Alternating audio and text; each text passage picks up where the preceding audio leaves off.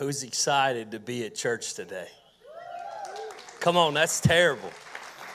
I mean, that's terrible. I don't know how we could sing a song like Forever and you not get more excited than that, right? I love that song. It's the story of the good news of Jesus Christ. It doesn't get any better. Hey, I got a special shout out this morning. I got a sound booth shout out. You know, Ricky and Matt and Trent and Steve Weaver and these other, they serve every single week. And if you know anything about church, you know we're only as good as the guys in the booth. All right, so let's give it up for the sound guys. Come on, the booth guys. Make us sound good, make us look good. If they do their job well, we sound better than we should, you know. Could I get a TD Jakes voice back there? Ricky, could you dial one of those up for me, you know, so I can preach it real good? There it is. That's what I'm talking about, see? You know, we wrapped up this series, Failing Faith, last week, and I told you last week was really this bridge into where we are headed. And this week we're starting a new series called 2020 Vision. And we preach a lot of vision here, and we do that because we're growing a lot. And so we always want to reset and re-anchor everyone that comes in, and we do that by telling you where we've been and where we are, but most importantly, where we're going. I was in 5th grade whenever I first got diagnosed with not being able to see correctly. All right, and it's been downhill ever since then. Literally, since the 5th grade, I've gone to the eye doctor every single year, and only once since I was 10 have my eyes not gotten worse.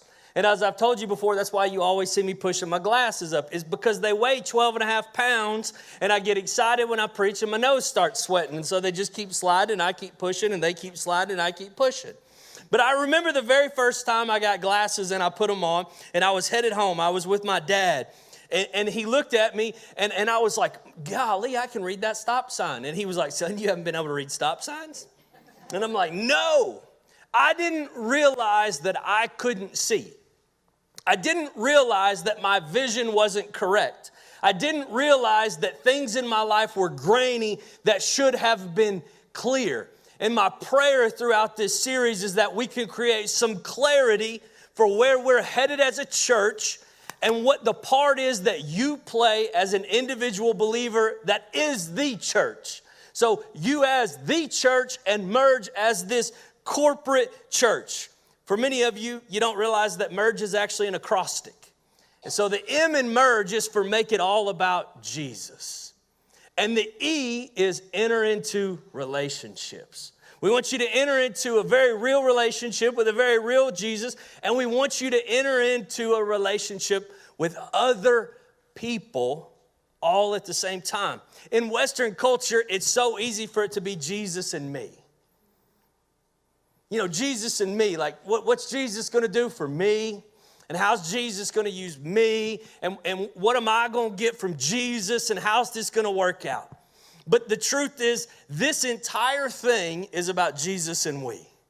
We want to introduce people to a real Jesus so that they'll go share the good news that is Jesus with every single person that they can.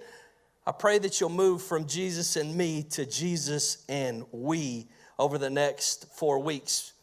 But what I found is that faith is something that we keep very isolated. We keep it real nice and tight.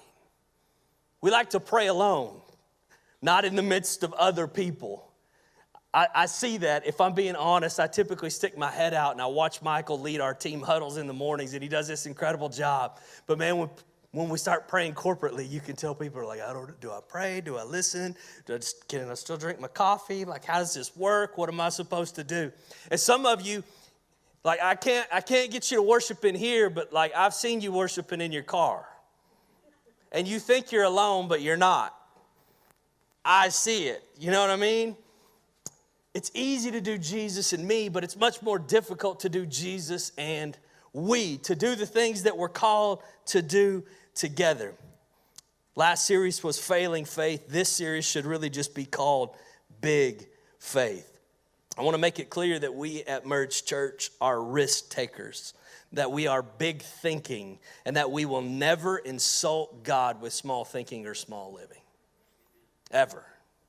That's not what we're called to do. That's not what we're called to be. We're not called to live safe. We're not called to think small. We're called to believe big. So we're going to move from failing faith, not just to okay faith. We're going to move from failing faith to great big faith. We're going to move from failing faith into immeasurably more than we could ever ask or imagine. You know, there are 2 times in Scripture where it says that Jesus was amazed. Wouldn't you like to amaze Jesus?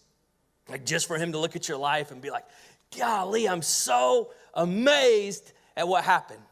And if I'm being honest with you, he's looking down at every one of us right now and he's amazed. And we're going to see in the 2 stories, he's amazed for one of 2 reasons. We pick up a story in the book of Luke, chapter 7. Give me the Mark one first, actually.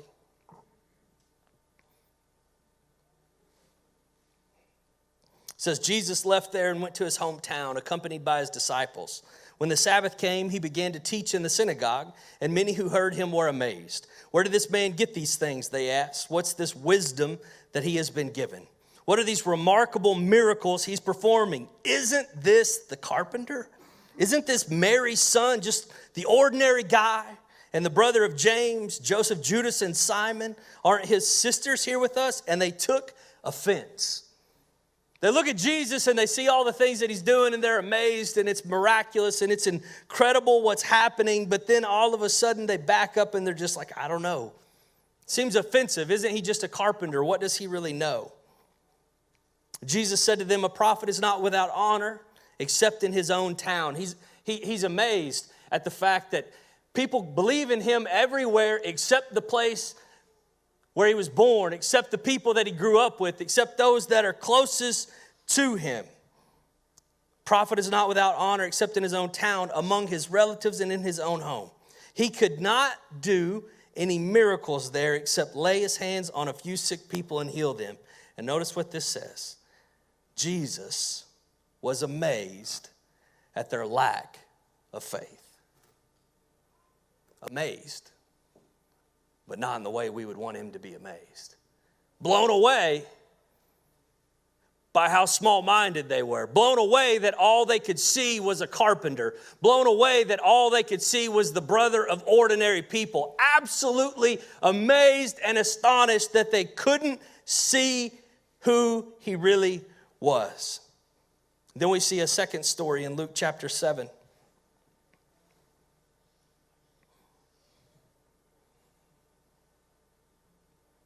It says, when Jesus had finished saying all this to the people who were listening, he entered Capernaum. There's a centurion's servant whom his master valued highly that was sick and about to die. And the centurion heard of Jesus and sent some elders of the Jews to him, asking him to come and heal his servant. When they came to Jesus, they pleaded earnestly with him. This man deserves to have you do this because he loves our nation and has built our synagogue. So Jesus went with them. He was not far from the house when the centurion sent friends to say to him, Lord, don't trouble yourself, for I do not deserve to have you come under my roof. This is why I did not even consider myself worthy to come to you. But say the word, and my servant will be healed. The centurion soldier's like, hey, I've got a servant that needs to be healed, and he sends some people to ask Jesus, but he says, hey, I don't deserve to have you actually come, but if you'll just say it, it will happen. I believe in you so much. I believe in your word that is so powerful that you can just speak it. And then in verse 9, it says, when Jesus heard this, he was amazed at him. And turning to the crowd following him, he said, I tell you, I have not found such great faith, even in Israel. We got 2 totally contrasting points of view where Jesus is amazed. He's either amazed at your lack of faith or he's amazed at how big your faith actually is. He's looking down in amazement at Merge.Church today for one reason or the other. He's either amazed because we don't have enough faith and we're small-minded and we don't see clearly, or he's amazed because we're believing so big and we trust him so much and we have so much faith in who he is that he is just blown away. You know, we measure almost everything in our lives. How much money's in our bank account, how tall we are, how much we weigh, our birth dates, right? We mark those on a calendar and we count them down. We like to measure who's the fastest person, who can jump the highest, who's the strongest and can lift the most. We have all these scorecards at work. But one of the things that I found is that we don't really measure our faith very often. We don't stop and say like, okay, on a scale of 1 to 10, I'm going to actually sit down and give myself a grade. So I want you to think about that. Like, where would you put yourself? 1 is Jesus is amazed because you have no faith. And 10 is Jesus is absolutely blown away because you have such great faith. One of the ways that I want you to think about that is simply this. I want you to think about everything that you prayed for in the last week. Everything that you prayed for in the last week. And if Jesus answered every one of those prayers instantly, right here, right now, would the world be changed? Would orphans find a home? Would world peace come into? Would cancer be healed in someone's body? Would marriages be restored? Would church be set on fire for revival? Or would you like find some parking spots up close at Walmart? Your food would be blessed. Those thigh dimples would suddenly go away. All okay prayers, all right? But I want you to really think about that. I want you to actually give yourself a grade as you're going home over this next week. Like, what am I really believing God for? Because what we're praying is what we're believing.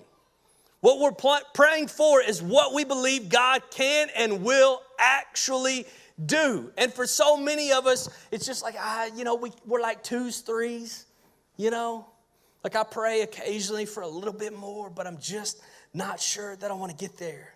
Is Jesus amazed at your great faith or your lack of it? So I want to talk about 3 faith-filled facts for us to walk away with as you think about your score. Number 1 is you cannot play it safe and please God. Hebrews 11:6 says, and without faith it is impossible to please God. It's impossible. If you can accomplish all of your goals without God, then he's probably looking at your life and amazed at the lack of faith. If you don't need him to accomplish any of the next year's goals, the next 5 years' goals to get you to the places that you're really believing he's going to get you, then you've got a little bit of a struggle going on. And we want your faith to increase. We want your belief in God to increase. Now, I say these things and I think that it can get twisted and it can get confused because it's like, oh, so you're saying that I should have great faith all the time. No. Here's the truth of faith. It's a roller coaster ride and it's real scary. There are highs and there are lows. There are ups and there are downs. We get to the top and sometimes we realize it's scarier there than it is down at the 1 or the 2, and we're unsure of exactly what we want to do in that moment. When I was a senior in high school, I went to Washington, D.C. for a mock Senate deal. They sent 2 people from every state, and we went and pretended like we were senators at Georgetown University for a week. I don't know that I really learned much, but I do remember being on a ropes course for the very first time in my life, because, I'm from Crawford County, Arkansas. So we get to this ropes course, right? And we'd been there a few days. This is a few days in, and you're doing these team building exercises. And one of them is you have to walk up this big tower. It's kind of this, spirally ladder thing. And it's kind of one of those deals where you're looking at it and you're not sure. Now, you got to realize, I'm a little bit of a nerd, and I'm in D.C. with a bunch of nerds, right? So we're not exactly a bunch of daredevils running around this place, So the instructors are looking and they need somebody to step up first. And so I did. It had nothing to do with being brave and everything to do with this real cute girl from Kentucky I wanted to impress. You know what I mean? Get me a boo from Kentucky, senior in high school at the time, I don't do that anymore. I got a wife, and she's better looking than this girl from Kentucky was. You know what I'm saying? I bet that girl from Kentucky didn't age well either. Gonna be my guess. And so, I'm strapping up, right? When they put a safety harness on you, you're going like, oh, this is maybe more than I bargained for. Not sure. And I get up to the very top, and, you're trying to play it cool. And so I get up, and I realize that at the top, it's like a 10. And at the top, it's really scary. At the top, I was unsure if I had the willingness, and all you had to do was step off. All you had to do was step off the ledge and trust that this mechanism, this pulley system was going to lower you to the ground nice and easy. That's kind of how our faith is, right? It builds and it builds and it builds. And what happens is when you get to a 10, God asks you to step off the ledge. He asked you if you're really willing to do it, if you're really sure. I stepped off the ledge, and I'm like 87% sure that I said some cuss words on the way down, you know? Sometimes that's what faith is. It's just grinding. It's just getting it. It's just being willing to climb to the top and then step off again. And I can tell you, I'm not saying you should have tip-top faith every single day of your life and every single moment of your life, but I'm saying you should be challenging yourself to always get back to the top. It's going to be a roller coaster. You're going to come back down for a season. You got to get back up. Come back down for a season. You got to get back up. You know, Peter walks on water. One of the disciples of Jesus is walking on water, and he calls Peter to step out of the boat, and Peter does. And Peter gets a little bit of a bum rap because everybody views Peter. I remember I always heard Peter was always preached as a failure when I was a kid growing up, you know, because we love to highlight failures of people's lives and in biblical characters, and then they would tell you hell was real hot, so you better not fail like Peter or you're going to go to hell. You know, I mean, it was somewhat effective, I'm not going to lie. I mean, you know, I'm good at getting saved, still do it every day, receive my salvation, you know. I mean, as my uncle would say, if I'm going to hell, it's going to be for something good. You know what I mean? I read the story of Peter totally different, though, because the way I read it, there were 11 other dudes in the boat that didn't have the audacity, the guts, the faith to step out. He was the only one. He was the only one that had an opportunity to experience something because he was willing to ride the roller coaster that was, I've got huge faith, and yeah, it failed, and I got wet for a minute, and then Jesus had the lifeguard and saved me, but he's the only one that received it. He's the only one that received the power that was Jesus in this moment because he was willing to fail. And what I want you to understand is that you can never let the fear of failure talk you out of an act of faith. And the fear of failure is what holds our faith back more than anything. Is it going to succeed? Is it going to work? Is it going to be good enough? I don't know, God. I know that you're calling me to step out in faith, but I'm just not sure. You're so scared, some of you, that you might actually hear from God that you're unwilling to talk to him. Like, what if he actually speaks something to me? What do I do then? You're so scared to worship that you refuse to sing. Just not going to go there. Not going to take that step of faith with Jesus. You're so scared that if you go from Jesus and me to Jesus and we, that you might have to be vulnerable and real and admit some failures and that you're not perfect. Can I tell you, I'm not and you aren't either. We can all just get past that part, right? If you're perfect, this place isn't for you. Bad news. The only people this isn't for are perfect ones. Everybody else is welcome. Everybody else can come. Number 2 is as long as you have a guarantee, you don't have big faith. Hebrews 11:1 says, faith is the confidence that what we hope for. Notice, if we're hoping for it, we probably don't have a guarantee yet, or we wouldn't still be hoping for it. I hope that my paycheck comes in. Once it does, I've got it. It's mine. I hope that I'll find a spouse someday if I'm single. Once you have one, some of you are like, I wish I wouldn't have hoped so much in that moment. The hope that what we hope for will actually happen, it gives us assurance, confidence, support about things we cannot see. The other thing is in life is like we don't like maybes, right? Like we don't like unknowns. I don't. I mean, I'm top of the list, okay? Like I can't stand the unsure. I want a guarantee, but my faith isn't built in guarantees. My faith is built in the unknowns. Like remember being in elementary school and you would like ask a girl out, or some of you girls were asking boys out. You would always like find yourself a little cheat code though, right? Because what you would do is you would talk to the girl's girlfriend first, right? Like if I asked your friend out, is she going to say yes?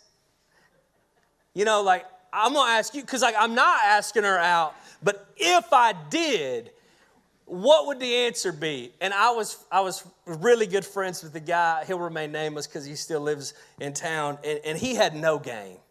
You know, like, you know how we all got that one friend that like, they ain't got no game? Like, none. Like, zero, zip, zilch, nada. You know what I mean? And so he tried to play that game one time. We're in 7th grade. And so he asked a girl, hey, if I ask your best friend out, is she going to say yes? And the report back was maybe. I was like, get you some of that, son. How big's your faith? You going to ask her out now? I mean, I don't know. I don't know what you do with a maybe, you know? You're kind of in a bad spot because I think maybe means no, but she's just nice. But I'm not sure. How big's your faith? For so many of us, we're seeking God for an answer, and what we're hearing back is kind of maybe. Like, it's not this clear, absolute yes. We're like, God, I want the guaranteed yes. Like, I want you to fund it in advance, and I want you to give me all the provision I need. I want you to send me the team in advance. I want you to do everything for me. Then I'll trust you enough to step out in faith and do it. Can I tell you that is not how this house was built at all? We built it the exact opposite direction, in fact. Letting go of control may be the only faith step some of you need to take. You just need to let go. You just need to trust God for just a little bit. You know, when we started Merge.Church, we did it completely out of order, literally. I mean, it was one of these things where there's this huge church planting movement, and it's incredible. I've gotten to be a part of it after the fact, but I wasn't a part of it before the fact. And so most guys that go and plant a church in today's culture raise between $300,000 and $500,000 before they ever have a service. Let me say that again. They raise between $300,000 and $500,000 before they ever have a service. And so they'll move to a town and they'll spend up to 9 months just building a team. Their only job every day is to meet as many people as they can to try to build a team of about 50 people. So Merge started with $0 and 0 people and a guy that had a full-time job. That was it. I mean, that's the end of the story. In case you're like, I know you're like, wait, where's the punchline? There isn't one. That's it. That was the whole thing, okay? Like, we literally, so when you plan a church today, you know what your target first Sunday attendance is? 500 people. And here's why. Because statistically, they have proven that over the first 6 weeks of a church, you will be reduced by half of whatever your first Sunday attendance was. Okay, so if you start with 500, you'll bottom out at 250. So we kind of did the opposite, right? We were like, you know what? Forget that. We're going to start with 90 so we can end with 40. Because who wants 250 if you can have 40? So our bottom out was the size of the launch team that started with me. Nobody else came back because we were so bad. Literally, so terrible. We had $0. We had 0 plan. It was just me and Jesus. That was it. And I was trying to turn it from Jesus and me to Jesus and we, right? I was begging anybody to come back just one time. Please do it. There was 0 guarantee. I didn't have $500,000 in the bank. I didn't have all of this proof. I didn't know that everything was going to work out. In fact, it was far more likely that this place would fail in the first year than that it would make it to the end of the first year. Far more likely, statistically. We were going against everything. There was no guarantee. For some of you, you just got to step out. Some of you need to join a circle today. No guarantee it's going to go well, but you need to step out in faith. Some of you have a new job that you need to take. Some of you got a girl you need to ask out. The answer feels like it's a maybe. Ask her anyway, big dog. Only one way to know. As long as you have a guarantee, that's not big faith. When I got into undergraduate school, we had this big gym called the Hyper at the University of Arkansas, and they had this huge rock climbing wall. And I went in there, and I was, thinking like, oh, yeah, I'll try this, right? Because I'll try anything once. And so I'm climbing, and I get to this point on the wall where there's no more handles close. I know they're not called handles on a rock climbing wall, but that's what I'm going with. There's no more handles close. And so the guys that are down there belaying me, I think that's belaying me, they're coaching me too, right? And so they're like, hey, At this point on the wall, you have to let go. You got to jump and like lurch yourself up like I'm a frog, you know. Rock climbers are skinny, in case you're wondering. You got to lurch yourself up and then grab a hold of what's next. And so they're coaching me. And so what I do while they're coaching me is I look down, right? Because I was taught, like, you look a coach in the eye, you give them a yes, sir at the end of the day, or you get a whooping when you get home. You know what I mean? So I look down, and the coach is like, no, don't do that. And he's like, down's failure, up is success. That may be the only thing you need to hear today about your faith. Looking down is looking at failure. Looking up is looking at success. Some of you have got to start looking up instead of down at everything in your life. You enter into every situation as though it's guaranteed it will fail. Guaranteed you'll never make it out. Guaranteed that God won't send you what he needs to send you. If you'll start looking up and believing just a little bit bigger in his ability, if you'll have enough faith to say all you have to do is speak the word, and I know that the rest of it will come through. At the end of the day, Jesus, I'm with you. Second thing I had to do was let go. I had to let go of the wall for a moment to get to the next level. And some of you, you're just clinging to the wall, right? Like you hug that thing at night. You go to bed with the wall. You just won't let go. You won't let go of it.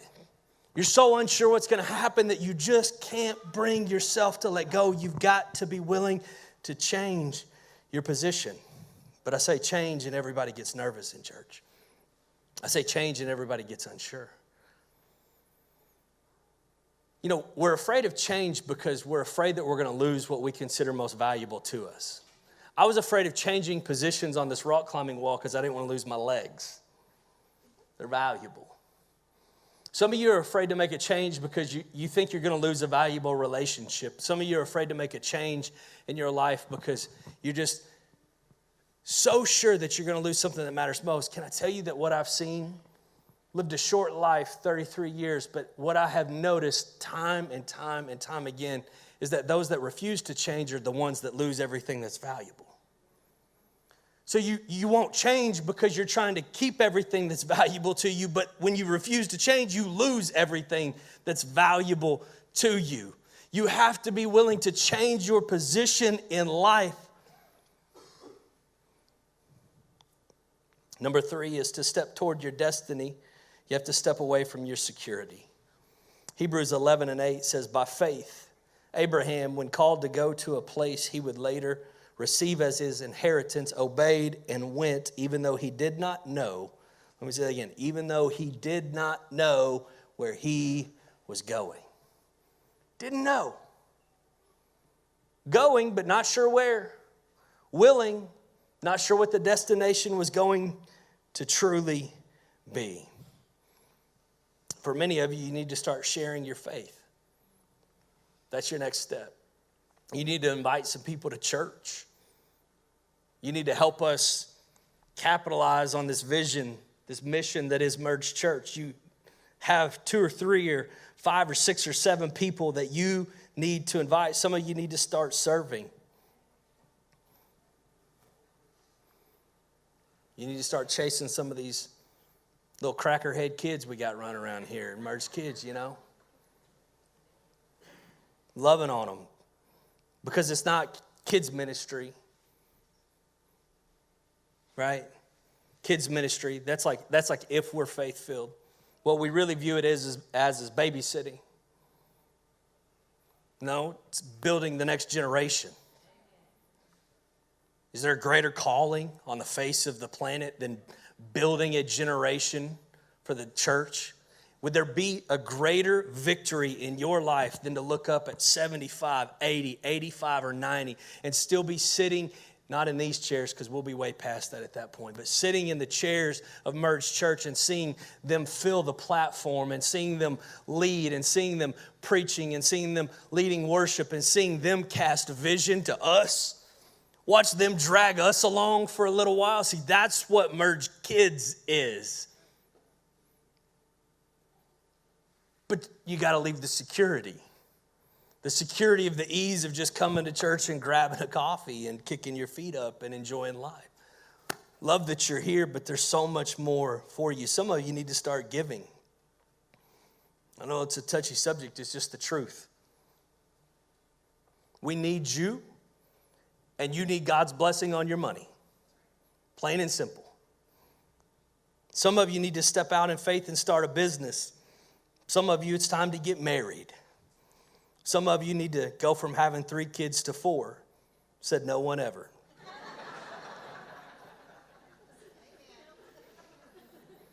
Some of you need to adopt or foster.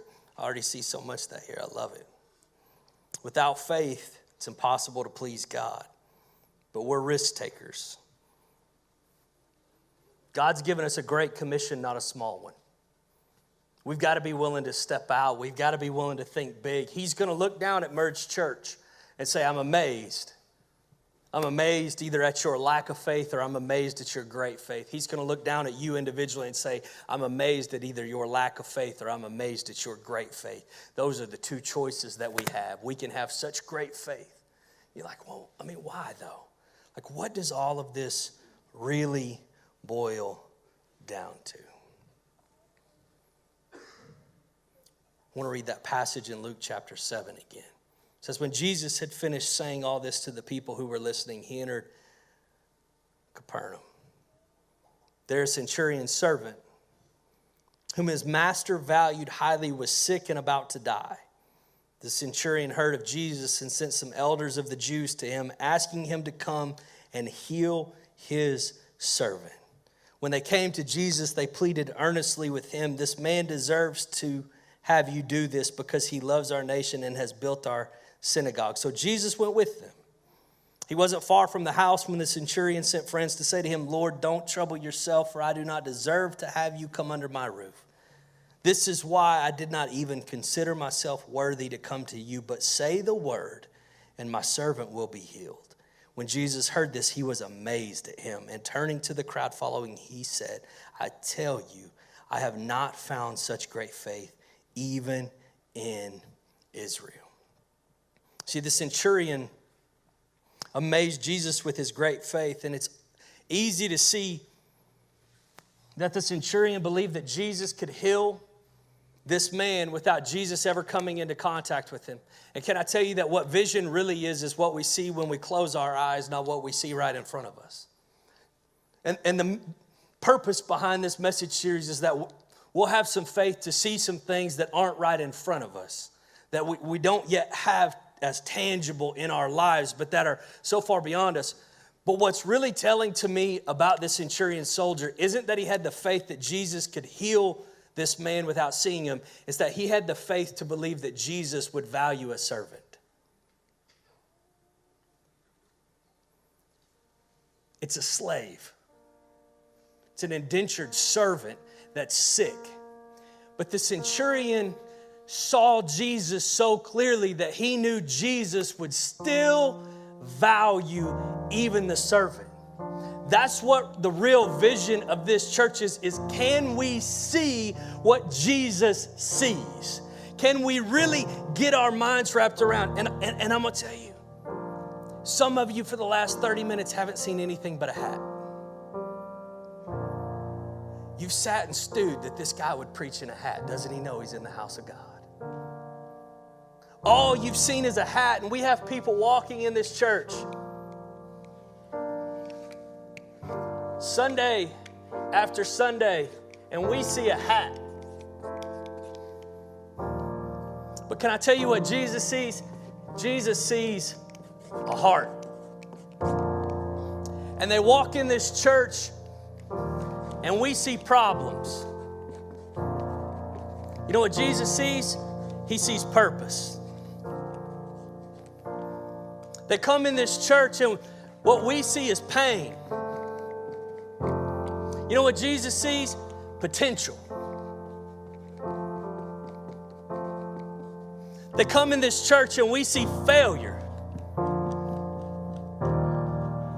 You know what Jesus sees? He sees a future. You want to know what Merge.Church is about? That. You want to know what Merge.Church is about? Not seeing the hat, but seeing the heart. Not seeing the pain, but seeing the purpose.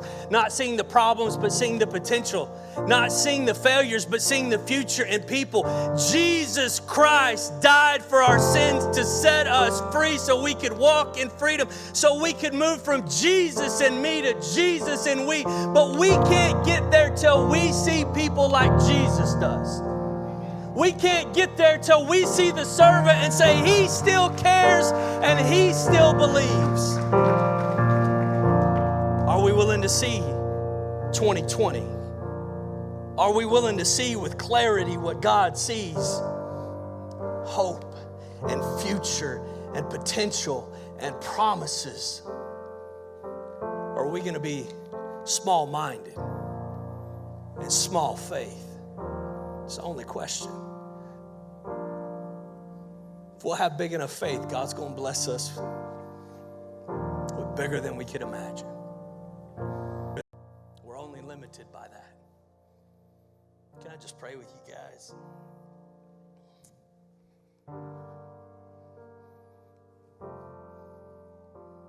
It's right where you are. I want you to just spend a couple of minutes just really asking yourself, man, where's your faith? And I know some of you have just moved from faith that was failing, and I pray that series helped you. But the goal isn't just to get past the failure. The goal is to get to great big faith. And some of you are in the midst of a roller coaster, and I know that. And some of you are right there on the edge. You're at the top, and God's saying you're going to step off. You're going to move from 9 to 10. And just, man, ask God to speak to you. Ask God to invest in you. Make yourself available to Him.